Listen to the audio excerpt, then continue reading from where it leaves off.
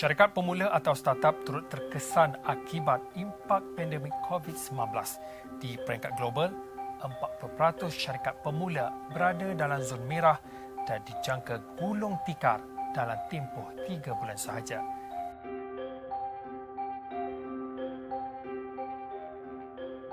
Di Malaysia pula bagaimana? Dalam satu kaji selidik, 64% syarikat pemula rugi lebih 50% pendapatan, manakala 20% responden yang lain rugi 1/3 hasil. Jadi, boleh ke syarikat pemula bertahan? Paling ramai syarikat pemula memerlukan bantuan kewangan sehingga RM500,000 untuk bertahan sehingga hujung tahun ini. Bagi syarikat pemula yang mempunyai kurang daripada 5 staf, lebih separuh responden memerlukan jumlah bantuan RM100,000.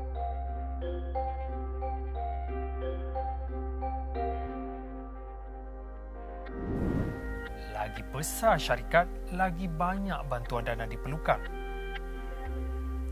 Akhirnya, adakah ini semua berkaitan tentang angka dan juga bantuan?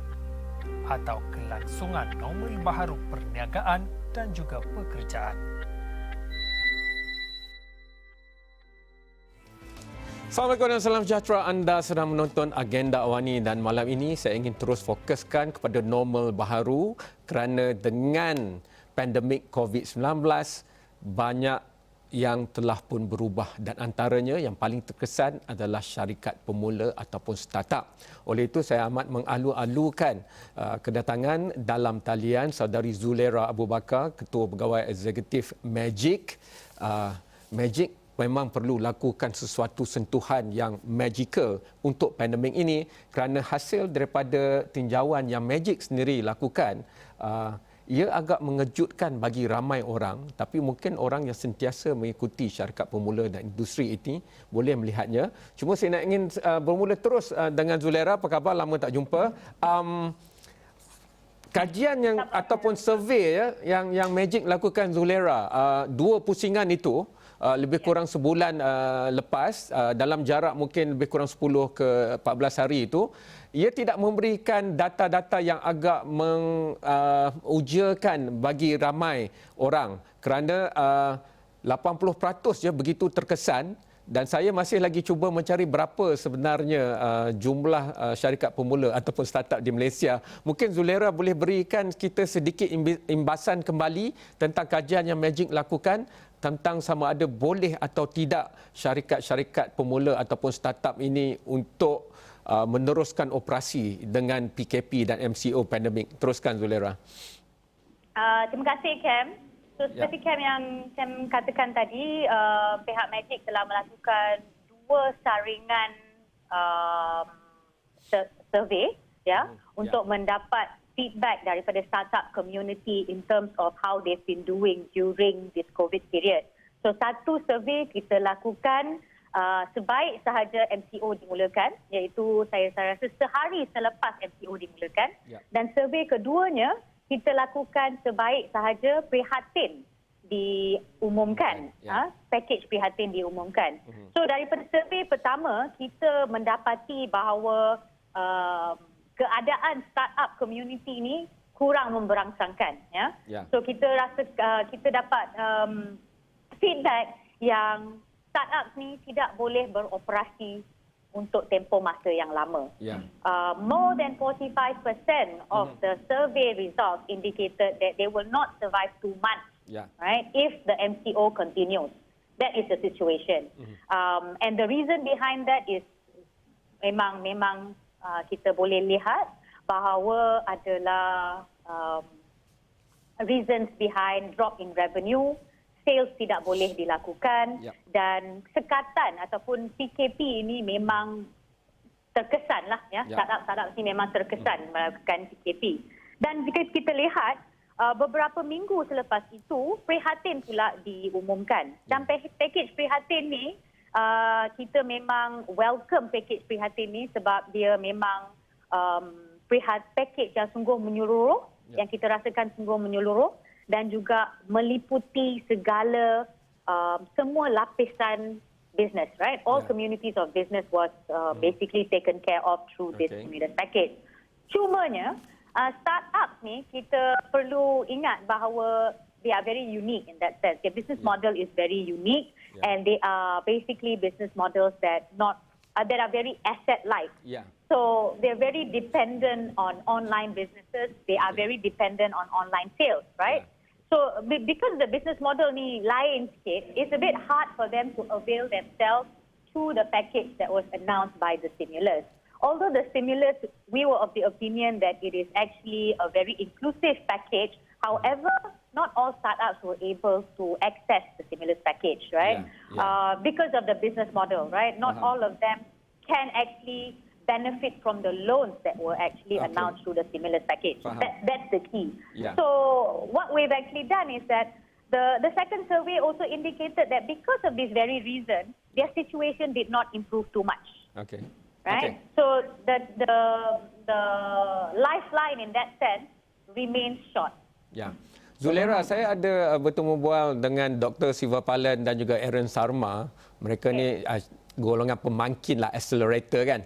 Mereka mengatakan bahawa sebenarnya perlu dijadikan spesifik pakej rangsangan kerana syarikat pemula ataupun startup ini adalah unik seperti Zulera kata tadi, maka bantuan ataupun pakej yang diberikan tu mungkin juga boleh lebih spesifik.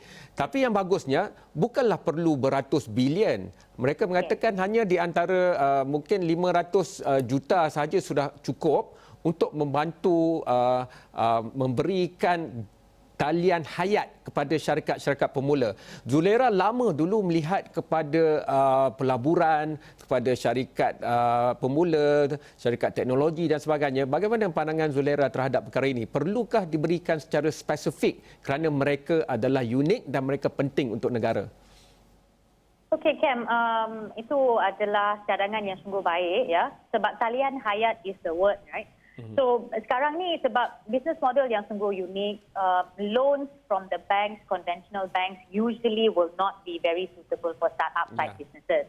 So it is appropriate to say that the startup would require a special sort of intervention, kan?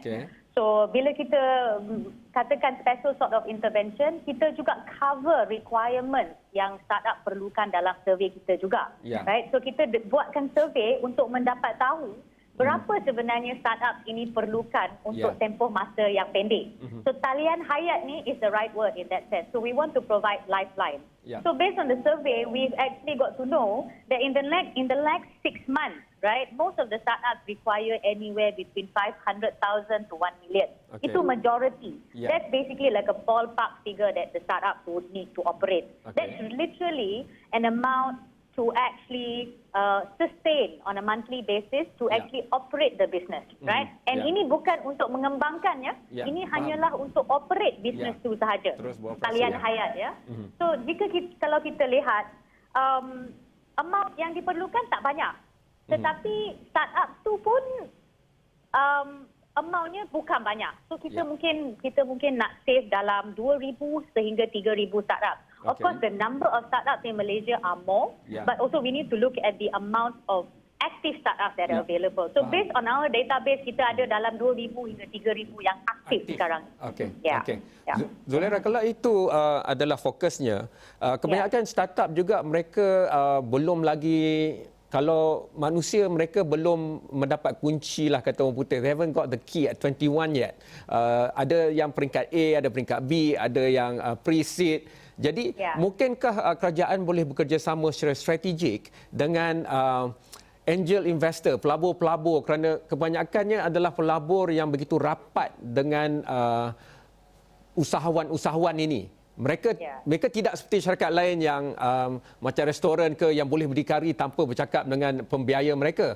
Tetapi saya lihat daripada pengalaman sejak MSC dulu, kebanyakan agensi dan juga syarikat yang memberikan dana itu juga menjadi mentor dan menjadi tempat sandaran kepada mereka.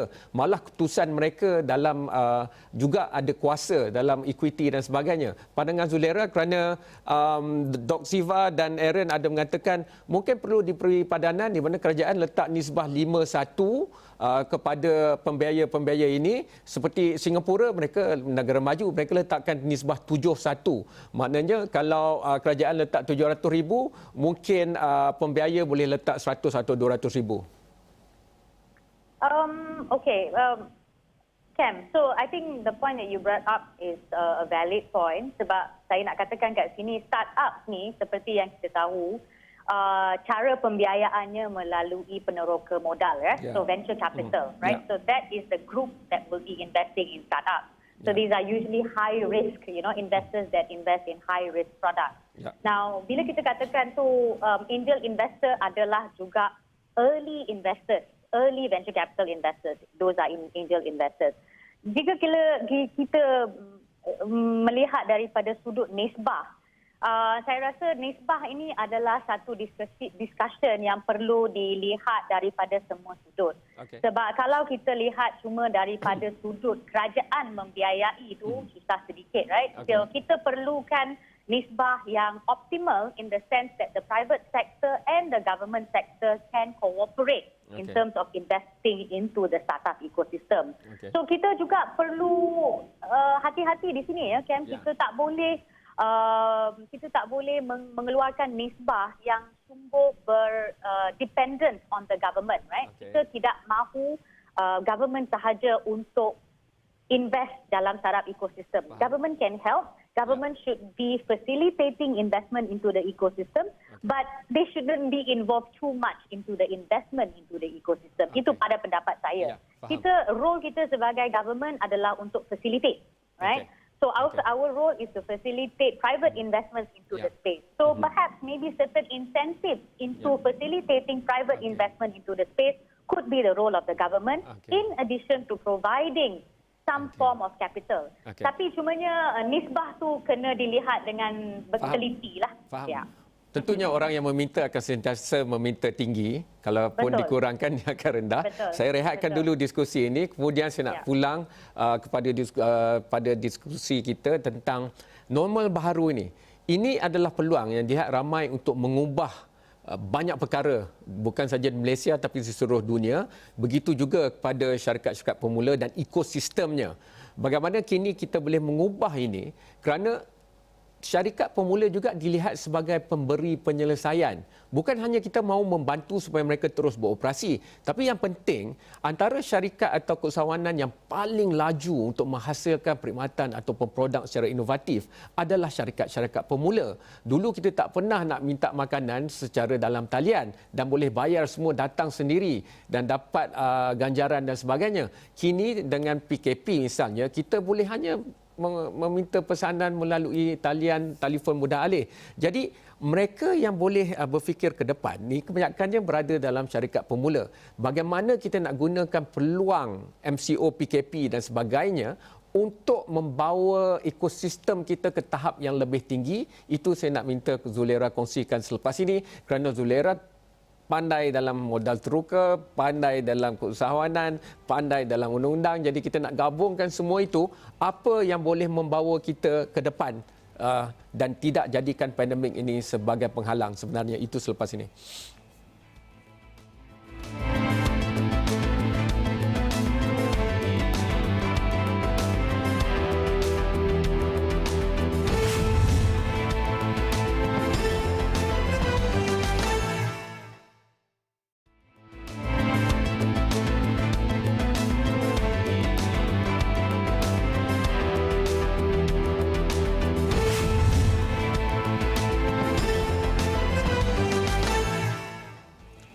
Kalau anda melihat dalam talian ya, startup Genome pun juga memberikan statistik tentang bagaimana pandemik ini telah memberikan sekatan yang hebat kepada tech ataupun syarikat pemula teknologi seluruh dunia. Tapi saya juga nak beri contoh, Intel misalnya sedang dalam proses membeli startup Movit pada harga $1 bilion Amerika misalnya untuk sistem transport ataupun mobility pintar dalam bandar. Jadi semua ini, dan kalau kita lihat di Eropah, 15 syarikat pemula teknologi mereka sedang dikejar oleh orang yang ada duit kerana mereka mungkin boleh memberi penyelesaian kepada masalah pandemik daripada aspek uji kaji, ujian, testing ataupun contact tracing, di mana siapa berjumpa dengan siapa, apa radiusnya dan apa sejarahnya. Semua itu menggunakan teknologi. Jadi saya nak tanya itu pada Zulera, tidakkah kita juga di Malaysia harus melihat untuk bukan sahaja memberi talian hayat tetapi melonjakkan startup kita ni, tak naklah 2,000, 3,000, mungkin 10 ke 20,000 daripada hampir 1 juta syarikat yang berdaftar di Malaysia ni, Zulera? Ya. Tak, betul Cam. So there's always opportunity in every crisis, right? Yeah. So sekarang ni kita melihat dan this crisis ni adalah opportunity untuk kita melihat kembali cara-cara startup kita beroperasi, ya. Untuk melihat kembali apa kita punya niche, what are the value propositions that the startup in this country can offer, right? Yeah. So there's always an opportunity. I think if you are in the business of offering real solutions, technology solutions, you're in healthcare, you're in automation, you're in digital solutions, payment, these are the key verticals that are being used right now. So memang kita, sememangnya ada wujudnya opportunity untuk syarikat berkembang. So tidak semestinya pada masa krisis ini, syarikat akan tutup. Yeah. But sebaliknya, syarikat-syarikat yang memang fundamentalnya strong, mempunyai asas yang baik dan juga asas yang strong dan juga business model yang kukuh, memang akan will be able to ride this wave, right? So if we look at an example, you brought up Intel tadi. So even in Indonesia, ya, saya nak berikan satu example. Okay. Gojek, ya, yeah. Gojek just acquired Mocha, right? Yeah. So Mocha ni is a digital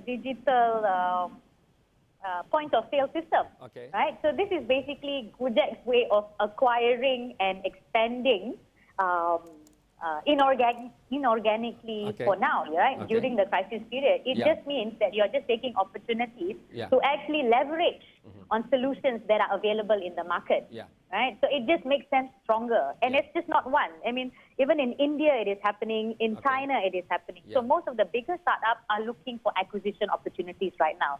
So startup di Malaysia pun sekarang ni, saya rasa inilah peluang terbaik untuk kita memasarkan solution dengan baik, melihat solution daripada sudut strategik, right? Melihat solution yang di-offer tu daripada sudut yang strategik, yang mana yang boleh digabungkan dengan startup-startup yang lebih besar. Healthcare, di sektor logistik, di sektor artificial intelligence, in fact. Okay. Zulera, kalau kita lihat analogi pandemik ini, Malaysia mungkin lebih mendahului daripada aspek lengkung itu berbanding negara jiran seperti Indonesia yang jangkitan mereka agak lewat berbanding kita. Tetapi jumlah mereka kini sedang naik di mana jumlah kita mungkin mendata. Jadi berfikir di luar sempadan negara, tetapi itu juga memerlukan dana yang lebih dan juga bakat, mungkin juga hubungan. Jadi bagaimana Magic dan juga mungkin agensi-agensi lain, alang-alang kebanyakan agensi sekarang berpadu tenaga seperti yang selalu dikatakan oleh Datuk Dr. Nur Hisham, DG Kesihatan, bagaimana ini boleh digunakan untuk membantu lonjakan yang Zulera cakapkan itu? ASEAN misalnya. Okay. Sekarang ni collaboration tak semestinya berlaku dengan face-to-face meeting, ya, Kamaru.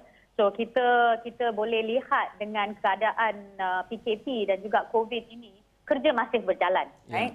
Kita masih mewujudkan meeting, kita masih boleh buat negotiation through online discussion, through online meeting. So the online platforms has actually taken over our physical interaction. So the point is, for as long as you are able to demonstrate that you have got a good product in hand and there is a mechanism to actually demonstrate that, I think there is no issue in terms of looking for collaboration. So kita daripada pihak Magic, kita juga ada beberapa program yang kita lakukan, ya.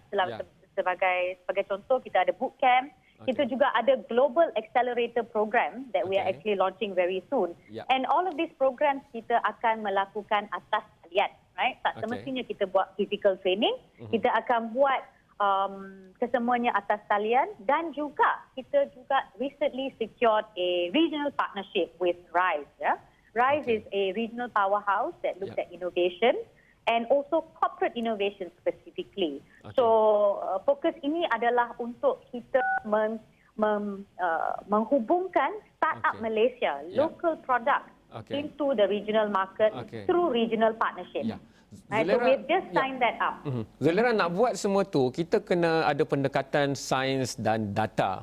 Jadi boleh tak Magic jadi toket ataupun pusat untuk segala data yang ada tentang syarikat pemula ni? Saya nak Google untuk diskusi ni pun takut nanti Zulera kata saya tak buat homework. Tapi tak banyak data yang ada tentang apakah jumlah syarikat pemula di Malaysia, apakah kategori mereka, di mana mereka berada, pre-seed ke, siri A ke, siri B ke, 5 tahun lagi nak jadi unicorn ke. Jadi mungkin Magic boleh melihat ke arah itu, Zulera? Yes, Kak Marul. Itu sebenarnya, so kita memang ada data-data untuk startup yang melalui program kita. Tapi kalau data di luar program Magic tu, kita usually refer to MBCA, the Malaysian Venture Capital Association.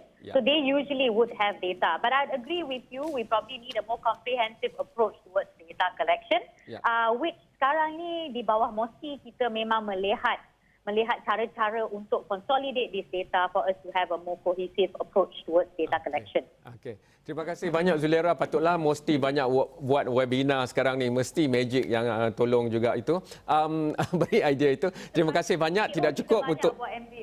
Ya, betul. Tidak cukup masa untuk bincangkan semuanya hari ini. Tapi kita akan sambung lagi. Mungkin saya akan padankan Zulera dengan usahawan syarikat pemula ataupun kesusahan sosial. Dan kita boleh ada diskusi yang lebih rancak. Terima kasih banyak. Stay safe. Saya tahu Zulera pergi office, tapi jagalah jagakan sosial itu, kerana kita tunggu app yang akan memberitahu kita apa yang kita patut buat, dan mungkin macam Siri yang boleh tegur kita kalau kita melanggar apa-apa daripada Syarikat Pemula Malaysia. Terima kasih banyak Zulera dari Magic. Terima kasih kepada anda telah menonton Agenda Awani, yang kita akan terus bukan saja datakan lengkung ini, kita juga macam New Zealand mahu pastikan tidak ada kes baru setiap hari. InsyaAllah. Jumpa lagi.